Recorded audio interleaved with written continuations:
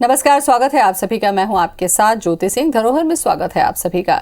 हमारी आज की खास पेशकश है टापू पर बसा नगर। जी हां, मध्य प्रदेश में नर्मदा नदी पर बने देश के सबसे बड़े जलाशय इंदिरा सागर के विशाल जलाशय में ऐसे सैकड़ों टापू हैं जो पर्यटकों को आकर्षित करते हैं।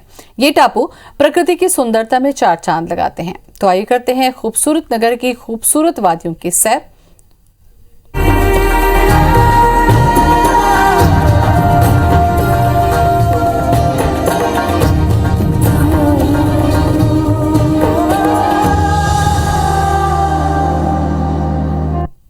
इंदिरा सागर बांध मध्य भारत में मध्य प्रदेश में एक बहुउद्देशीय बांध परियोजना है। यह नर्मदा नदी पर बनाया गया था जो मध्य भारत से पश्चिमी भारत तक बहती थी। करीब 913 वर्ग किलोमीटर में फैले इंदिरा सागर बांध के हर टापू की अपनी कहानी है। आज हम आपको ले चलते हैं सतपुड़ा की उन वादियों में जहां इठलाती लहरें जीवन के रंग बता रही हैं तो जलाशय के बीच खड़े टापू शांति का संदेश दे रहे हैं।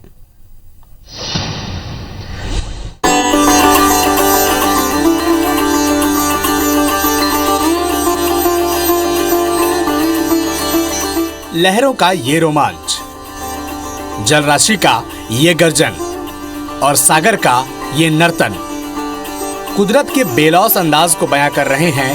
दूर दूर तक फैले ये जल संसार और उसकी ये रवानी प्रकृति की जीवंतता का ध्वज लिए खड़ी है। इन नजारों को जी भर के देखने का दिल करता है। इन नजारों से नजर न हटाने का मन करता है। कुदरत यहाँ बाहें फैलाई खड़ी है। वो बुला रही है, वो दे रही है आमंत्रण, वो चला रही है नैनों के बाण, वो खींच रही है उमंगों की प्रत्यंचा, वो कर रही है सुंदरता का संधान। विशाल जलराशि के बीच आबाद है जन्नत के कई जजीरे।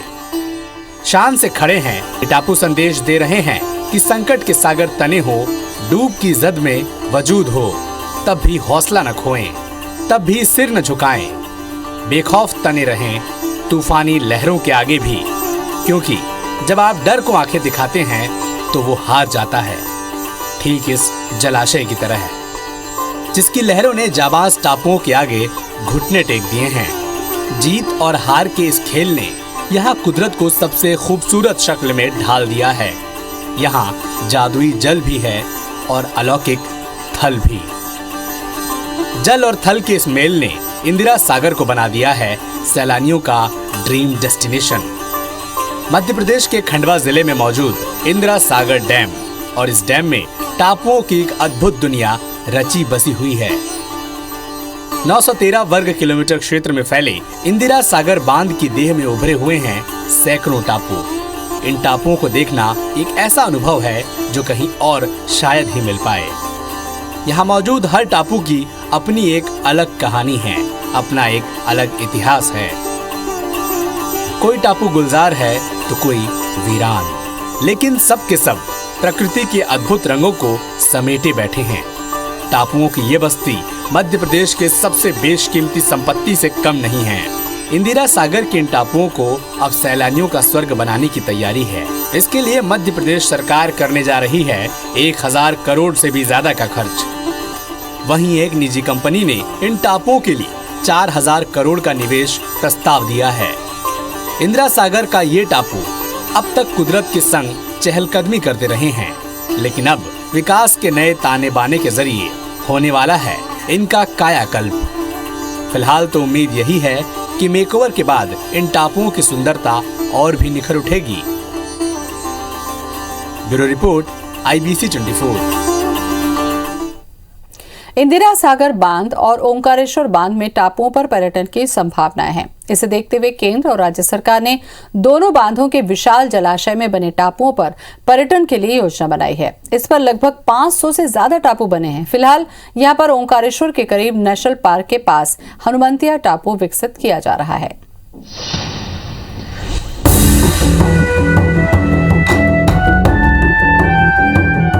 इंदिरा सागर डैम अब तक किसानों की तकदीर बनाता रहा है, लेकिन अब वो पर्यटन को मालामाल करने जा रहा है। टूरिज्म की संभावनाओं को देखते हुए इस जलाशय को देश और दुनिया के नक्शे पर स्थापित करने की तैयारियां शुरू हो चुकी है।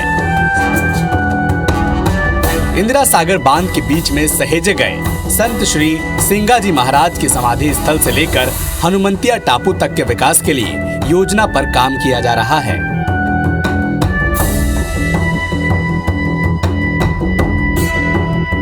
पर्यटन निगम की योजना के मुताबिक हनुमंतिया टापू पर देश का सबसे बड़ा वाटर बोट हाउस बनाया जाएगा।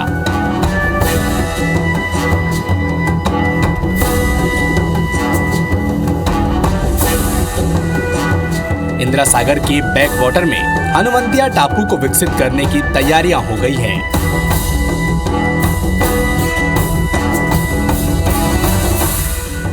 यहाँ पर मानव निर्मित जन संरचना पर देश का सबसे बड़ा बोट हाउस बनेगा। यहाँ एक रिजॉर्ट भी खोला जाना है। इतना ही नहीं, यहाँ पर नाइट सफारी शुरू करने की भी तैयारी है। इंदिरा सागर बांध से कुछ ही दूरी पर ओंकारेश्वर तीर्थ स्थल और ओंकारेश्वर बांध स्थित है।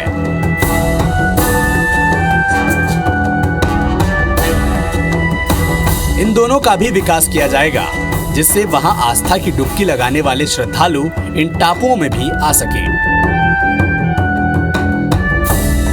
Bureau report, IBC 24। वैसे इंदिरा सागर बांध में कई टापुओं को टूरिस्ट स्पॉट के तौर पर विकसित करने की कोशिश हो रही है। इससे 200 गांवों के लोगों को रोजगार उपलब्ध हो रहा है।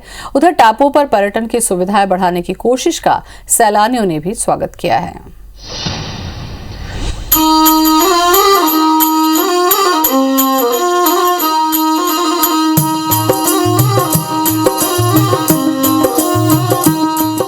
डैम की खूबसूरती को निहारते सैलानियों के लिए ये लम्हे यादगार बन जाते हैं।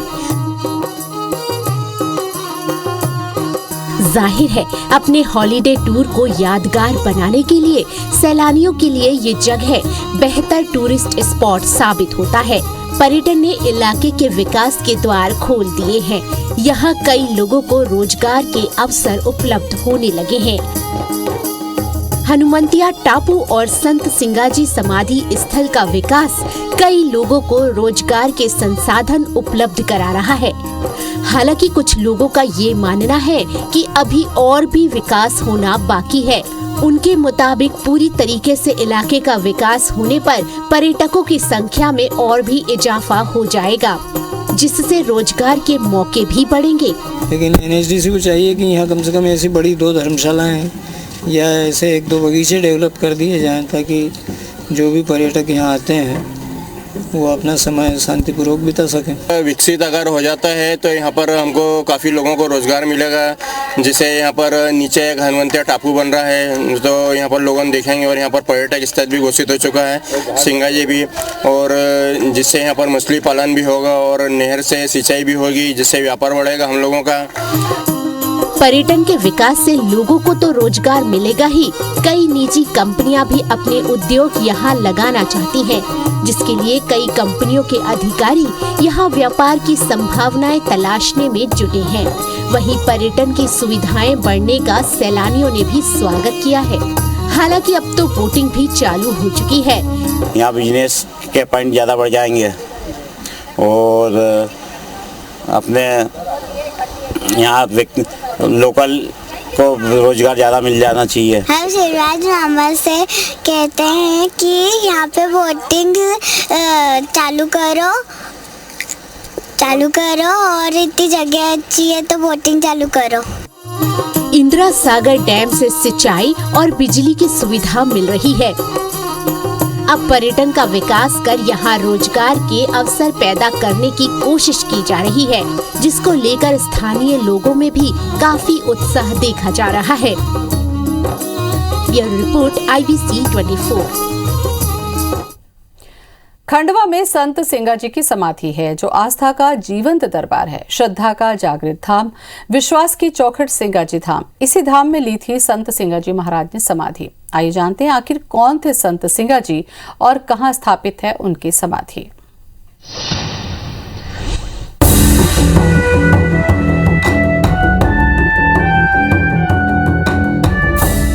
मध्य प्रदेश के खंडवा जिले को आध्यात्मिक स्थल भी माना गया है। यहाँ नर्मदा किनारे सैकड़ों ऋषि मुनियों के आश्रम हैं। ऐसा ही एक आश्रम था संत सिंगाजी महाराज का। लगभग 400 साल पहले संत सिंगाजी यहाँ के आध्यात्मिक गुरु हुआ करते थे। संत सिंगाजी ने 400 साल पहले समाधि ली थी। वर्ष 2004 में जब बांध बना तो उनकी समाधि डूबने लगी।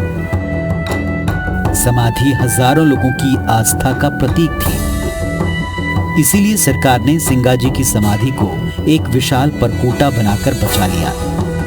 अब समाधि के चारों ओर परकोटा है और ये सिंगाजी टापू के नाम से प्रसिद्ध हो गया है। हनुवंतिया टापू और संत सिंगाजी समाधि स्थल का विकास कई लोगों को रोजगार के साधन भी उपलब्ध करवा रहा है। हालांकि कुछ लोगों का मानना है कि अभी भी विकास की काफी गुंजाइश है। उनके मुताबिक इलाके का जब पूरी तरह से विकास होगा तो यहाँ पर्यटकों की संख्या भी बढ़ेगी, जिससे रोजगार के अवसर भी बढ़ेंगे। और यहाँ पे जब ये जल बैकवाटर का इंदिरा सागर बांध बना तो बैकवाटर के पानी से इन्हें बचाए रखने के लिए यहाँ पे ब्रिज बनाया गया और अंदर परकोटा कर समाधि को सुरक्षित रखा गया है। यहाँ श्रद्धालु बहुत दूर दूर से आते हैं। इन टापुओं के संसार को और भी अनुपम बनाने के लिए पर्यटन स्थलों की प्रतिकृति को भी यहाँ एक ही स्थान पर समाहित किया गया है, ताकि देश भर से आने वाले सैलानी इनकी तरफ आकर्षित हो सके। डैम की खूबसूरती को निहारते सैलानियों के लिए ये लम्हे यादगार बन जाते हैं। जाहिर है, अपने हॉलिडे टूर को यादगार बनाने के लिए सैलानियों के लिए ये जगह बेहतर टूरिस्ट स्पॉट साबित होती है। पर्यटन ने इस इलाके में विकास के नए द्वार खोले हैं। हनुमंतिया दर्शन करने आए थे तो हमें ऐसा पता चला है कि यहाँ बहुत साल पुराने सिंगाजी है, तो दर्शन करना चाहिए। हमें बहुत अच्छा लगा। बहुत अच्छा टूरिज्म स्पॉट है। बहुत अच्छा लगता है जब वो बहुत दूर दूर का जब हमको देखने को मिलता है और बहुत अच्छा महसूस होता है। इंदिरा सागर डैम से सिंचाई और बिजली की सुविधा मिल रही है। अब पर्यटन का विकास कर यहाँ रोजगार के अवसर पैदा करने की कोशिश की जा रही है, जिसको लेकर स्थानीय लोगों में उत्साह दिखा जा रहा है। Bureau report, IBC 24। अगर आप टापुओं के इस अनोखे संसार को घूमना चाहते हैं तो आपको ये जानना होगा कि यहाँ तक आप पहुँचेंगे कैसे। तो चलिए हम आपको बताते हैं कि आप किन किन माध्यमों से यहाँ पर पहुँचकर इंदिरा सागर डैम के खूबसूरत नज़ारों का लुत्फ उठा सकते हैं। मध्य प्रदेश की जीवनदायिनी नर्मदा नदी के इस डैम को घूमना वाकई अपने आप में अनोखा अनुभव है।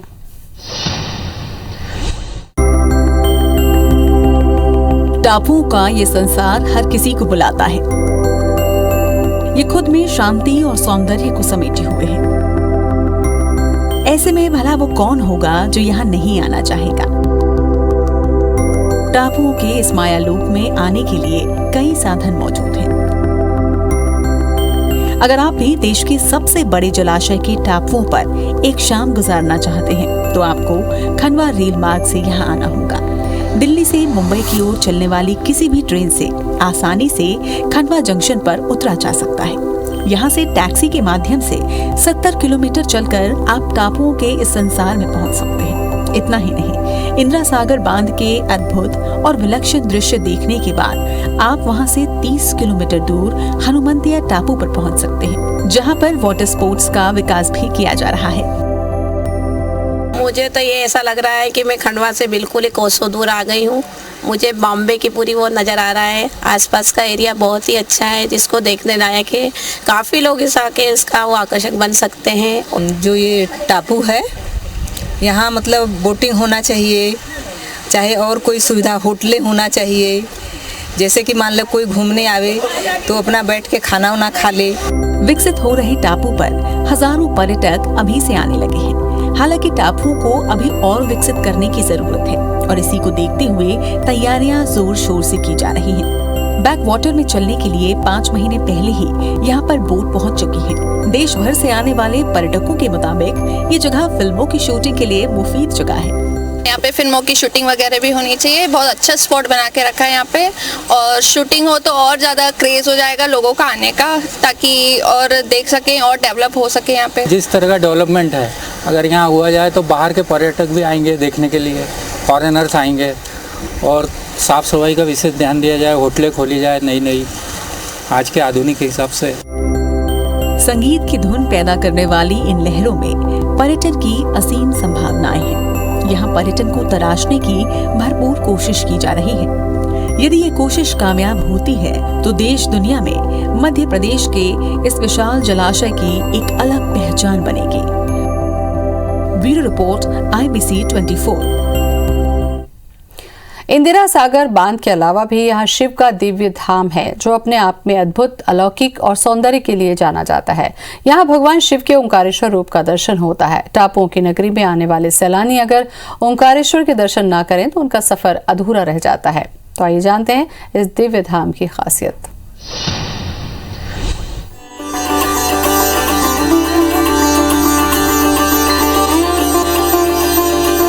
शिव के अनेक रूप, शिव की असीम शक्ति, शिव के अनेक धाम, शिव के अनेक नाम। जी हाँ, एक ऐसा ही दिव्य धाम है ओंकारेश्वर, जो मध्य प्रदेश के खंडवा जिले में नर्मदा नदी के किनारे स्थित है। भगवान महादेव यहाँ ओंकारनाथ के नाम से पूजे जाते हैं।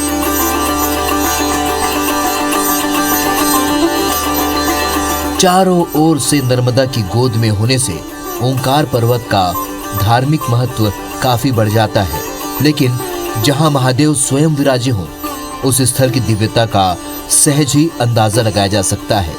यहाँ हजारों वर्ष पुराना विशाल ज्योतिर्लिंग चमत्कार का अलग जगाता है। यहाँ कल्याणकारी भोले भंडारी का जीवंत स्वयंभू शिवलिंग है, जिसके चलते यहाँ बहती है भक्ति की गंगा। यहाँ गूंजता है देवों की देव महादेव का जय घोष। ओंकारनाथ का ये मंदिर काफी विशाल है। इसके गर्भ में स्थित ज्योतिर्लिंग को किसी संत या महात्मा ने स्थापना नहीं की थी, बल्कि भगवान भोलेनाथ यहाँ स्वयंभू प्रकट हुए थे। महादेव ने भगवान श्री राम के पूर्वज राजा मांधाता की घोर तपस्या के बाद यहाँ दर्शन दिए थे। तभी से यहाँ पर ये ज्योतिर्लिंग स्थित है। भूगर्भ में मां नर्मदा की मूर्ति स्थापित है। यहाँ आने वाले श्रद्धालु पहले नर्मदा में स्नान करते हैं, फिर ओंकारेश्वर के दर्शन कर पुण्य अर्जित करते हैं। पुराणों में लिखा है कि अगर आपने चारों धाम की तीर्थ यात्रा की है तो गंगा जल लेकर अंत में ओंकारेश्वर पहुंचना चाहिए। इस जल से भगवान ओंकारनाथ का जलाभिषेक करने के बाद ही चारों धाम यात्रा का पुण्य मिलता है। ओंकारेश्वर में पूरे वर्ष धार्मिक आयोजन होते हैं। यहाँ पर देश भर से आने वाले श्रद्धालुओं के लिए कोई समय का बंधन नहीं है। महाशिवरात्रि के अवसर पर यहाँ 10 से 12 लाख श्रद्धालु पहुँचते हैं, जो 3 दिनों तक दर्शन करते हैं। संत महात्माओं के मुताबिक भगवान भोलेनाथ का महाशिवरात्रि पर दर्शन करने से सभी कष्ट दूर होते हैं। युगों युगों से ये धाम महादेव की दिव्य उपस्थिति का आभास कराता है। तभी तो भगवान भोलेनाथ की आराधना करने वाले श्रद्धालु ओंकारनाथ धाम की यात्रा कर खुद को धन्य समझते हैं। Bureau report IBC 24।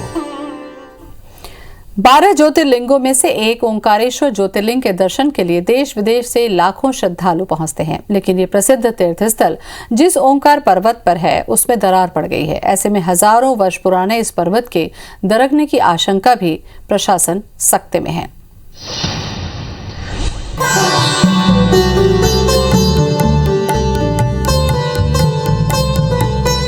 भारत के 12 ज्योतिर्लिंगों में से एक ओंकारेश्वर ज्योतिर्लिंग का इतिहास हजारों साल पुराना है। नर्मदा नदी की गोद में टापू के रूप में स्थित ओंकार पर्वत में लगभग 4 स्थानों से दरार दिखाई पड़ रही है। पौराणिक ओंकार पर्वत 144 हेक्टेयर क्षेत्र में फैला हुआ है। ओंकारेश्वर तीर्थ स्थल पर पहले आबादी नहीं थी, लेकिन 50 सालों में यहाँ आबादी काफी बढ़ गई, जिसके चलते यहाँ अतिक्रमण बढ़ रहा है। यहाँ पर आबादी की भूमि 39 एकड़ हो चुकी है, जिसमें 41 एकड़ निजी आवासीय भूमि है। उत्तराखंड में आई प्राकृतिक आपदा के बाद इस प्रसिद्ध तीर्थ स्थल में अनिष्ट की आशंका बढ़ गई है। पर्वत को नुकसान पहुंचाने के लिए पास ही बने बांध को भी जिम्मेदार बताया जाता है। संवेदनशील भौगोलिक स्थिति होने के बाद भी यहाँ बेधड़क अवैध निर्माण हो रहा है। पर्यावरण और धार्मिक दृष्टि से ये निर्माण खतरनाक साबित हो सकते हैं। ओंकार पर्वत पर अवैध मकानों के बनने से पर्वत कमजोर हो गया है। जगह जगह इसमें दरारें पड़ गई हैं। लोगों के मुताबिक यहाँ पर भूस्खलन के चलते पत्थर गिरते रहते हैं, जिससे कई बार हादसा भी हो चुका है। कुदरत के साथ छेड़छाड़ का नतीजा उत्तराखंड त्रासदी के रूप में सामने आ चुका है। इसके बाद भी अगर देश के दूसरे हिस्से सबक नहीं लेते हैं तो कभी भी त्रासदी का रिप्ले हो सकता है। प्रशासन का ध्यान नहीं है, बस महादेव से ही प्रार्थना की जा सकती है कि वो अपने इस धाम की रक्षा करते रहें।